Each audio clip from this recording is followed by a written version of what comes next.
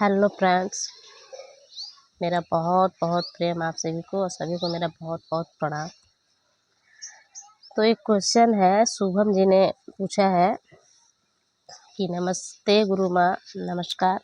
7 चक्र जब एक्टिवेट हो के सारे चक्र पर गुदगुदी और खिंचाव होने के बाद और गुदगुदी और खिंचाव महसूस नहीं हो रहा है, तो अब हम ध्यान के रास्ते में कौन से जगह में है और ये सब गुदगुदी और खिंचाव महसूस होना बंद हो जाएगा पूरी तरह, या कुछ दिन बंद हो के फिर से चालू हो जाएगा। तो जब हमारा कुंडलिनी एक्टिवेट होता है ना, कुंडलिनी हमारा कब एक्टिवेट होता है? तो जब तक हमारा मूलाधार चक्र एक्टिवेट नहीं होगा तब तक हमारा कुंडलिनी एक्टिवेट नहीं होता है। कुंडलिनी एक्टिवेट होने से पहले भी हमारे चक्र एक्टिवेट होते हैं, लेकिन उसमें ऐसा महसूस नहीं होता है। झनझनाहट, गुदगुदाहट, ऊर्जा नीचे से ऊपर की ओर फ्लो कर रही है, शरीर में कंपन, सर का गोल गोल घूमना, इनफाइनाइट शेप में घूमना, ये बहुत सारे सिम्टम्स हैं। तो ये जब तक कुंडलिनी मूलाधार चक्र एक्टिवेट नहीं होगा तब तक कुंडलिनी एक्टिवेट नहीं होता है। अब बात रहा कि कभी कभी खिंचाव होता है, कभी कभी बंद हो जाता है, कभी कभी गुदगुदी होता है, कभी कभी नहीं होता है, और ये कब बंद होगा? तो गुदगुदी जब कुंडलिनी एक्टिवेट हो जाता है तो उसका काम है हमारे अंदर की सारी ब्लॉकेज को दूर करना। अब दूर करना, उसी के कारण हमारे शरीर में झटके लगना, कंपन होना, सारे उसी के कारण ही होते हैं, और धीरे धीरे हमारा ब्लॉकेज ख़त्म होता है। कुंडलिनी एक्टिवेट होने के कारण ये सब होता है। कभी कभी ऐसा होता है कि ऊर्जा बहुत ज़्यादा मात्रा में हमारे शरीर में उथल पुथल कर रही है, मतलब कि ऊर्जा बहुत ज़्यादा मात्रा में हो जाता है, तो जिसके कारण बहुत झंझनाहट, बहुत गुदगुदाहट, शरीर में बहुत कंपन होने लग जाता है,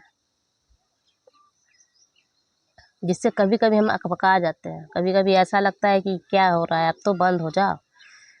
तो उस समय ऊर्जा बहुत ज़्यादा मात्रा में हमारे शरीर में स्टोर हो चुका होता है।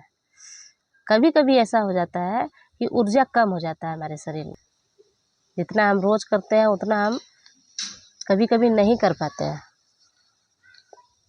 कभी कभी ऐसा भी क्षण आता है कि हम ध्यान कर ही नहीं पाते हैं, तो ऊर्जा जो है ना फिर से नीचे की ओर बैठने लग जाती है। मान लीजिए हमने लगातार 5 दिन तक ध्यान नहीं किया, तो ऊर्जा फिर से मूलाधार चक्र के पास बैठना शुरू हो जाती है। ये मैंने बहुत बार देखा है अपने आप में। तो जब ऊर्जा नीचे की ओर बैठने लग जाती है ना, तो फिर सारा झंझनाहट, गुदगुदाहट जो भी है वो धीरे धीरे शांत होने लग जाते हैं, और उसके बाद कुछ भी अनुभव नहीं होगा।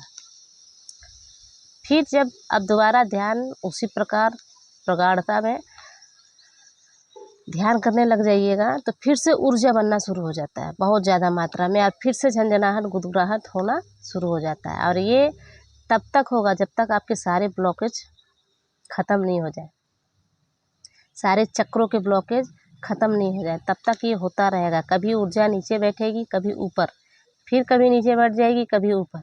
नीचे बैठ जाएगी तो आपको कोई अनुभव नहीं होंगे, ऐसा लगेगा कुछ हो ही नहीं रहा है, और मन व्याकुल हो जाएगा।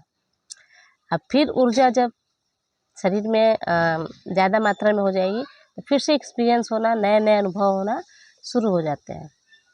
अब बात रहा ये कब तक होगा, तो जब तक ब्लॉकेज ख़त्म नहीं हो जाएगा तब तक होगा। और कुंडलिनी एक्टिवेट हो जाने के बाद जितने भी चक्र हैं वो सारे चक्र एक्टिवेट होंगे धीरे धीरे।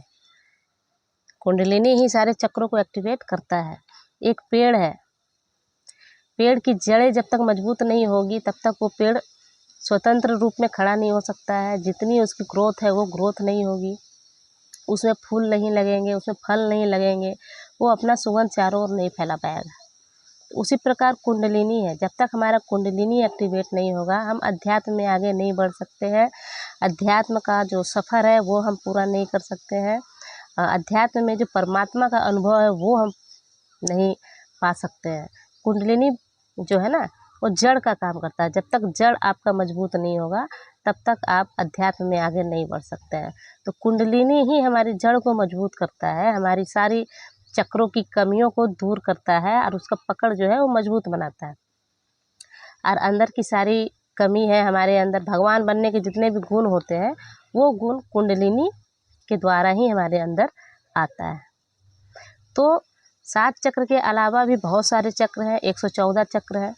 तो सारे चक्र एक्टिवेट होना शुरू हो जाते हैं सभी जगहों पे। कानों में भी 7 चक्र हैं, 114 चक्र है, पैर के तलवे में है, हाथ के तलवे में है, पूरे शरीर में, पैर जंघा से लेकर के नीचे तक बहुत सारे चक्र हैं। मूलाधार चक्र से ऊपर भी बहुत सारे चक्र हैं। जहाँ तहाँ कुंडलिनी एक्टिवेट हो जाने के बाद, अब कुंडलिनी जब एडवांस लेवल में होने लग जाएगी ना, तब सारे अनुभव, सारे चक्र का अनुभव आपको अपने ऑटोमेटिक पता चलने लग जाएगा। और आप फिर सोचते रह जाइएगा कि ये क्या होने लग गया, और इसका जानकारी आपको कोई नहीं देगा। मैंने भी बहुत सारी यूट्यूब में सर्च मारे हैं, बहुत जगह ढूंढा, लेकिन कहीं नहीं पता चला, है ना। तो कुंडलिनी एक्टिवेट हो जाने के बाद जितने चक्र हैं वो सारे एक्टिवेट होंगे, और जगह जगह सिर्फ 7 चक्रों का ही आपको अनुभव नहीं होगा, बहुत सारे चक्रों का अनुभव होगा। और जब एडवांस लेवल में आ जाएगा तो उसके बाद झंझनाहट बंद हो जाएगा, सर घूमना बंद हो जाएगा, और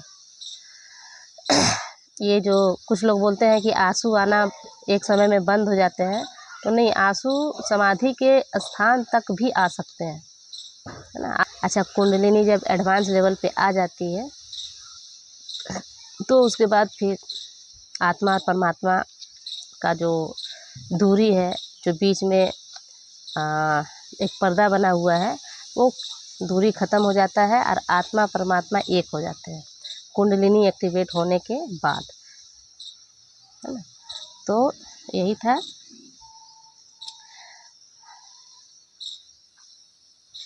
और कुछ दिन बाद बंद होकर के फिर से चालू होगा।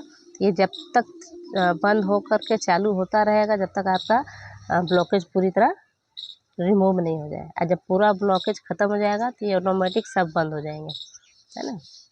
तो चलिए, क्वेश्चन पूछने के लिए बहुत बहुत आपको धन्यवाद, और बहुत बहुत प्रेम मेरा आप सभी को। नमस्कार।